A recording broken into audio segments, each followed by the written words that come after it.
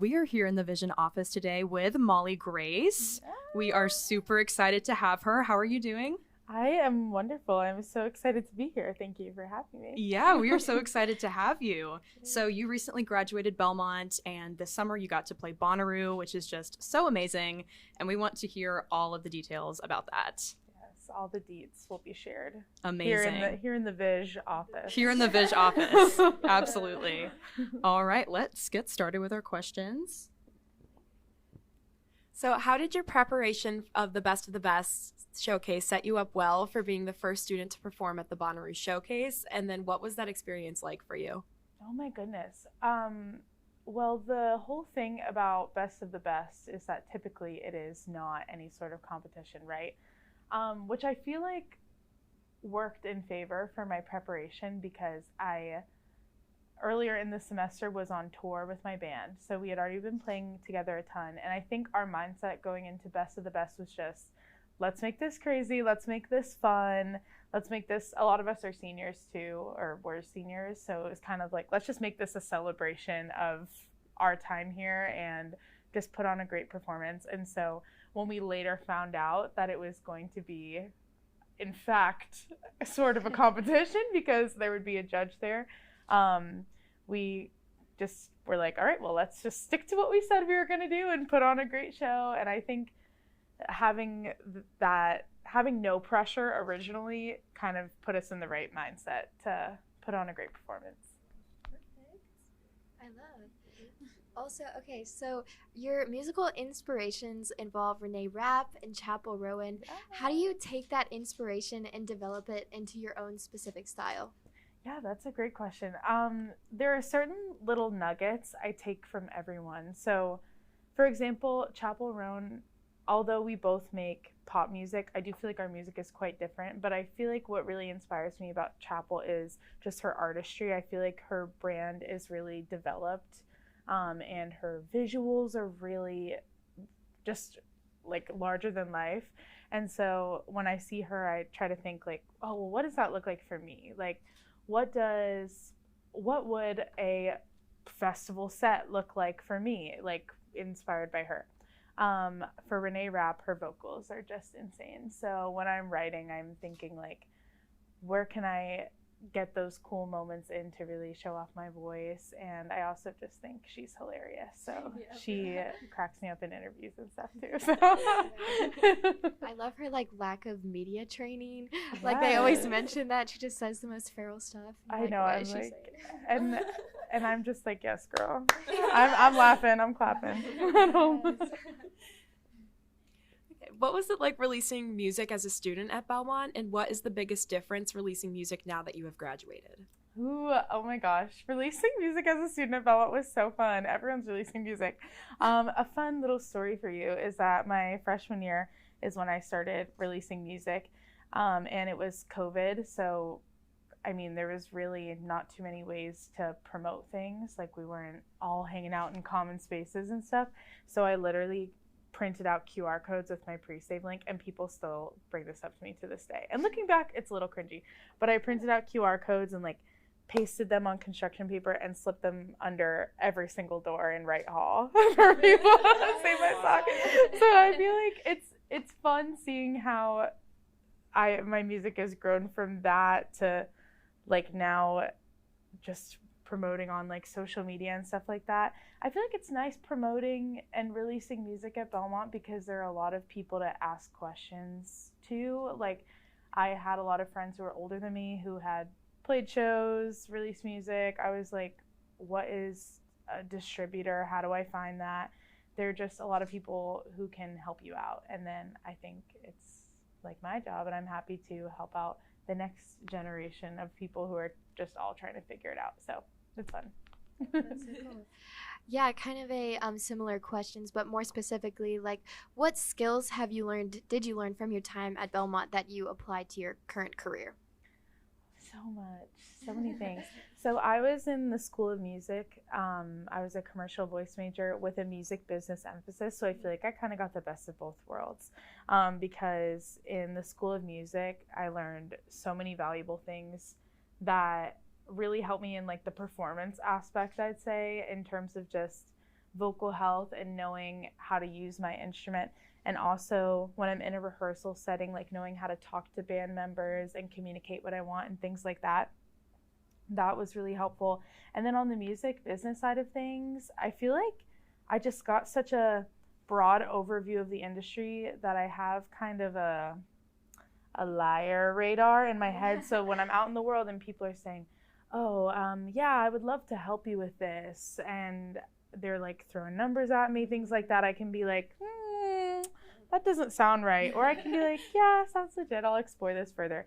It just kind of gives me a general understanding and makes me feel well-rounded as I move forward in the music industry. So you have a great platform and you support a lot of things like LGBTQ rights, women empowerment, and body positivity. So how do you use that platform to promote support and inspire change for these issues, especially in the music industry? Yeah, so a lot of times I feel that my advocacy work is kind of just existence. For me, I feel it's a big, how do I say this? I feel that it is a form of resistance to just exist as like a confident, bigger woman who's queer in the industry. And I think it's sort of a resistance to almost not answer to that all the time. Like to just walk in a room and present my music first and not walk in being like, I'm body positive, I'm queer, I'm this. I'm just saying, this is who I am and this is kind of all that comes with that. And I also, with social media, I feel like I'm always looking to like share things that I think are important and need to be amplified, because I don't know, what good is the platform if you're not really using it, you know? Right. Yeah. So true. Thank you. Next question. What was the hardest but most impactful lesson you've had to learn working in the music industry so far? My goodness. That's a good question.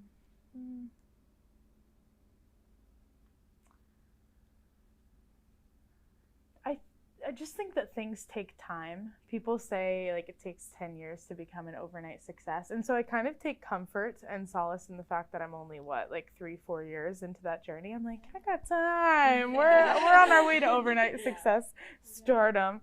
But I think just learning to be patient and trust the process. Like even just the other day, I was there was kind of something that was building momentum and then it kind of fell through, and I was talking to my manager and I was saying like, oh, I'm really frustrated, and he was like, I'm gonna ask you a question, and I was like, what?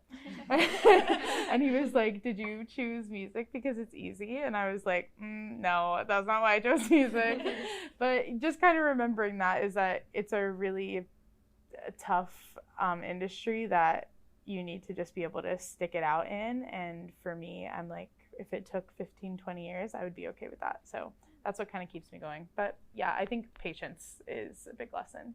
Kind of a similar like follow-up to that. What inspires you to make music, and what is like the process that satisfies you the most?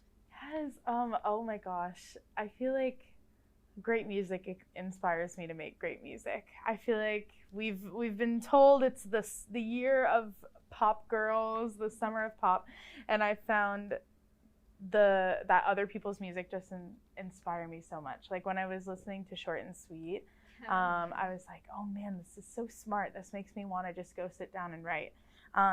So I feel like I draw a lot of inspiration from listening to great art, and also not just great music, but pretty much anything great like makes me want to create. Like when I watch a really talented dancer or hear like a really talented piano player play or see a really great piece of theater, it all just kind of inspires me to work on what I'm doing. So that's what inspires me. Yeah, that's awesome. So, you talked about your music, like I really like the sound of it. It's super upbeat, funky, and just like, it just makes me smile when I listen to it. How do you create like a good vibe in the studio, and how do you create that energetic and, passionate vibe when you're recording music? Oh my gosh. I think just having a room where you're really comfortable with the people in it, and also being able to kind of push each other in a good way. Like, I love when I'm with writers or a producer who isn't scared to be like, hey, that last take, like, I think you can give me a little more. Like, can you throw a little bit more sass on that line? Or I think you can beat that. I think you can do one better. Or when you're writing, saying, I like this line, but I think we can beat it. Let's try and go back. I think just having that environment where you're kind of not afraid to give feedback, I feel like makes for a positive environment. And also when I'm specifically just recording music and doing vocals, I like to really pretend like I'm on stage and express like with my face, because you know when you can hear someone smile like when they're talking or singing, like I feel like that's important, getting those little moments in there. But yeah, just like keeping things comfortable and natural and fun, all the good vibes. So what was it like performing your very first tour? The Lovesick tour? The best in the world. It was very affirming because I just had the best time ever, and we were really doing it in a DIY fashion, you know, renting the van, sleeping on air mattresses, you know, it was nothing fancy, and I loved it. And I was like, this is a great sign that I could do this forever, you know, because I love it when it's like this and when it's hard and not very glamorous. So that means it can only go up from here. That was the first time I ever got to meet fans in person, because any success I'd had been like on streaming or on socials, which is amazing. But sometimes when you see the numbers on your phone, it's kind of hard to like picture that in real life. Or, you know, people like a lot of things. Like I like a million things every day. And so you never know if people are actually going to buy a ticket and come to your show. But we had people coming to the shows and excited to hear the music and singing along. And I was like, this is just the most gratifying thing ever. That is so awesome. So I do also want to hear more about your preparation for Bonaroo, and kind of, you've played a lot of showcases at Belmont, which is awesome. So like your experience playing these showcases, how do you think that it prepared you to perform at such a large scale festival like Bonaroo? Oh, I think, yeah, showcase is definitely the closest thing to Bonaroo that I had ever done. So I think just even showcase prepared me in the sense of knowing how to work with a team like that. Knowing how to talk to the person who's doing your in-ear monitors, how to communicate with them, how to communicate with front of house, things like that just kind of prepared me. It also, I've said this before, but I think that showcase is where like I kind of fully realized the Molly Grace vision, if you will. You know, like I got to put on the little romper for the first time, have the background dancers, have the full band, the whole thing. And I think that's where like everything kind of locked in, and then we just kind of solidified that over tour, and then Best of the Best, really we were super locked in. And so I feel like by the time we got to Bonaroo, we were ready to step up to that challenge. Whereas if I had gone to Bonaroo in say September, I'm not sure if I would have been as ready as I was. Yeah, for sure.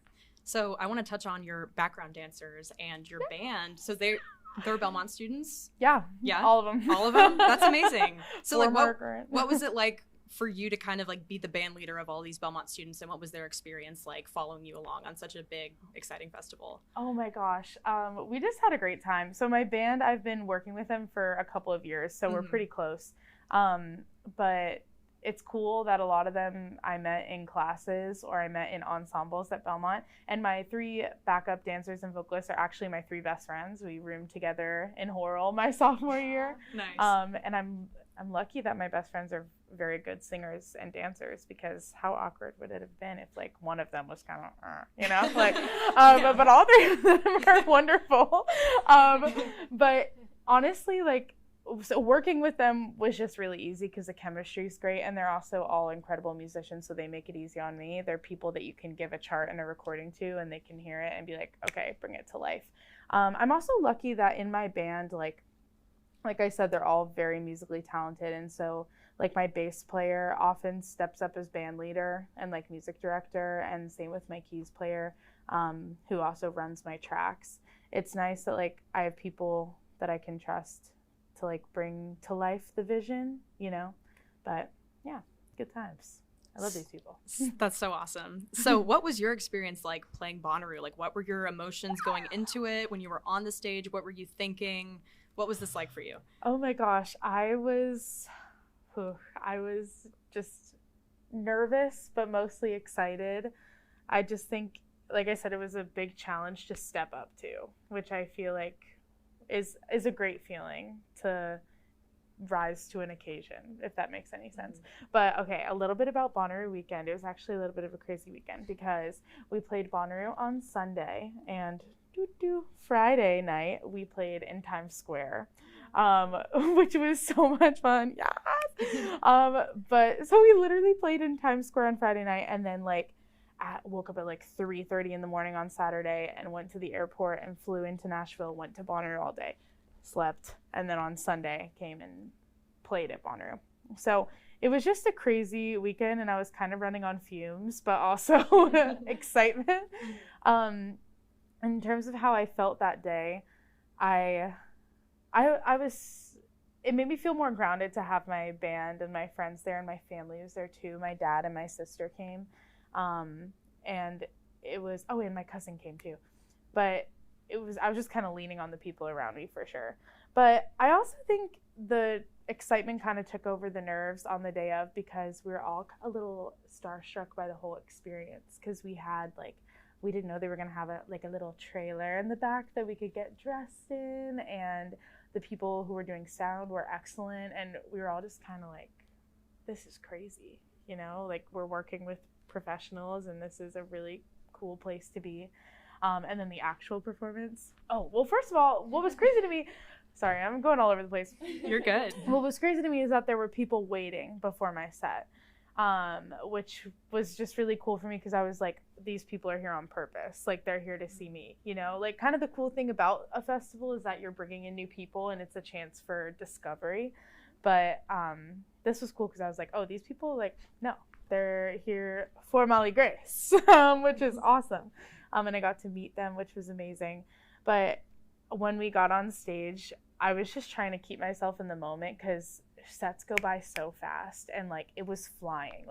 By the time we were halfway through, I was like, oh my God, it feels like it's been 5 seconds. So I was just kind of trying to stay present. It was also really hot up there, so there was burning sweat in my eyeballs, and I was trying to stay glamorous. So yeah, it was a little bit of an athletic feat to be performing up there. But I was just trying to stay present and trying to really enjoy the moment and take everything in, and breathe, for both mental reasons and physical reasons, because it was so hot. But the second we got off stage, we loaded out, and then we ran over to Chapel Roan, who was on the next stage.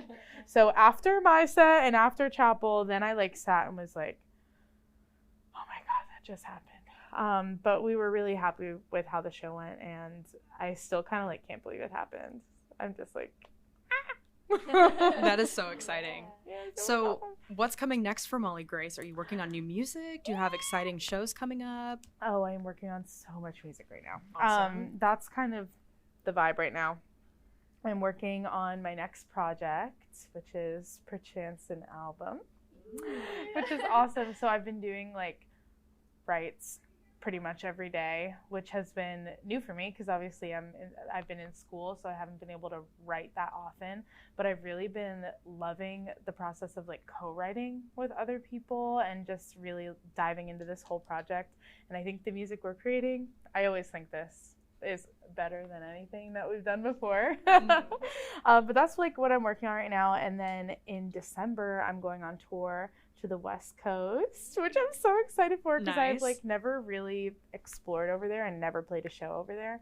So I'm just excited. We're playing all throughout California, Oregon, and Washington. So it's going to be a great time.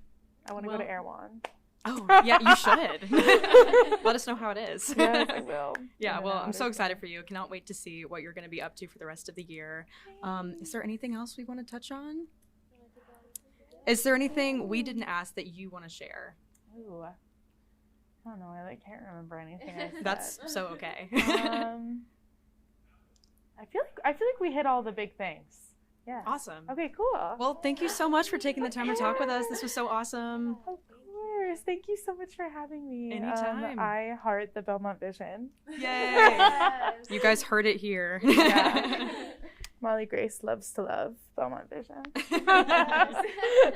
Awesome. Thank you so much. Thank you. Yeah.